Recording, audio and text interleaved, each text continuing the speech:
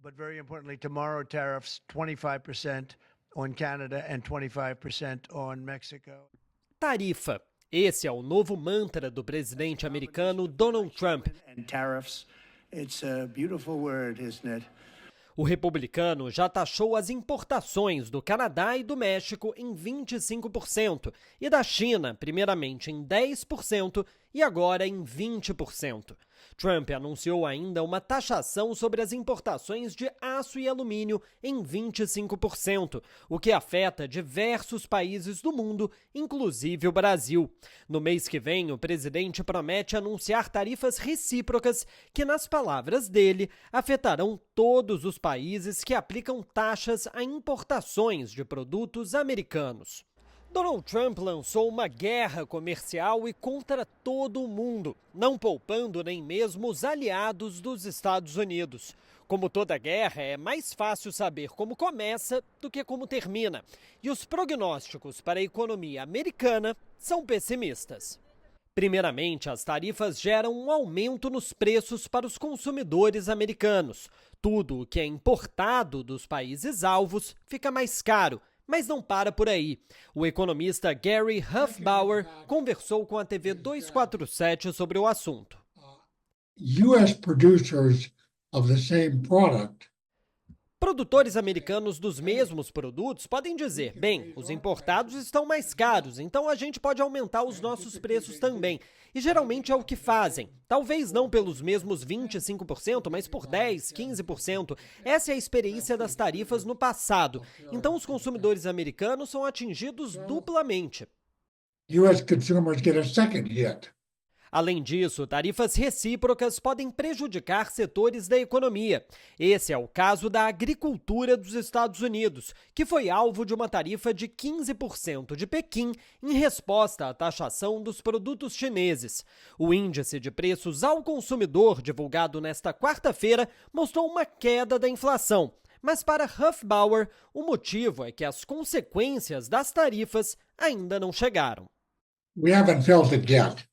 Because so far, nós ainda não sentimos, talvez estejam refletidas nesses números as tarifas contra a China, mas essa é só uma pequena parte comparada ao todo. E demora um pouco, mesmo para bens de consumo como camisas, sapatos, produtos eletrônicos, mangas, abacates, demora umas 2 semanas ou até mesmo 1-2 meses para que as tarifas apareçam no varejo, nos supermercados e grandes hipermercados como Walmart e Target.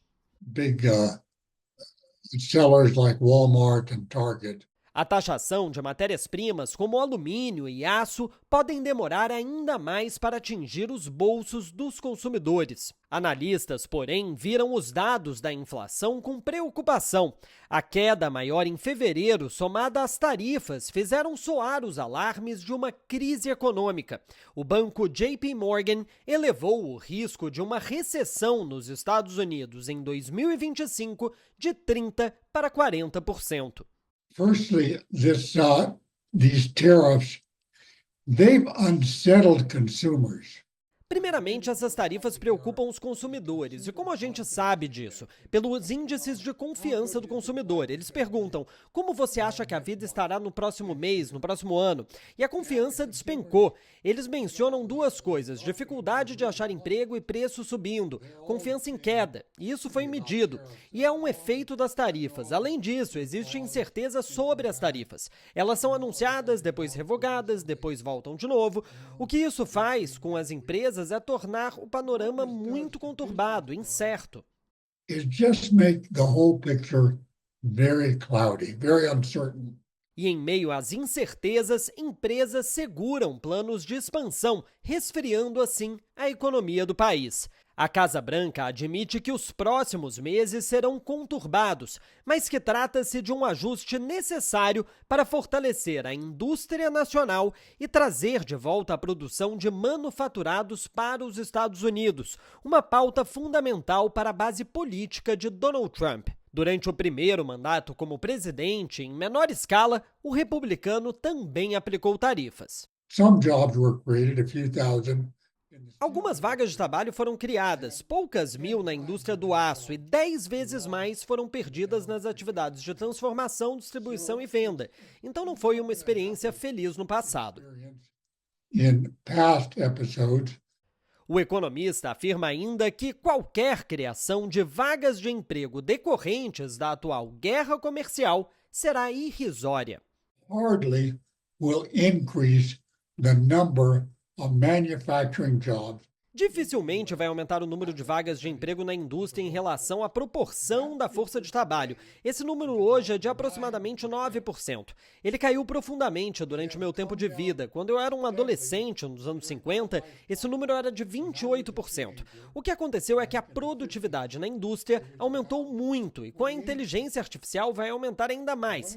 Então você precisa de menos trabalhadores, não para produzir o mesmo, mas para produzir mais. Hoje nós produzimos mais do que nunca, mas o número de trabalhadores não vai aumentar. Talvez aumente de 9% para 10%. Essa é a realidade, não é um grande aumento. It might go up from 9% to 10%. That's what you're looking at, not a big increase. O maior risco para os Estados Unidos nesta guerra, porém, não tem nada a ver com a economia. Com menos de 2 meses de governo, Trump criou atrito com aliados históricos do país, como o Canadá, o México e a Europa. A partir de abril, a situação pode se complicar ainda mais. Well, it's not going to be good for U.S. geopolitical relations. Bem, não vai ser bom para as relações geopolíticas dos Estados Unidos. Estamos aplicando tarifas contra países que são amigos ou até mesmo aliados dos Estados Unidos, como a Europa, o Canadá, o Japão, provavelmente a Coreia do Sul. Nenhum país olha para isso como um gesto amigável. Isso tende a isolar os Estados Unidos.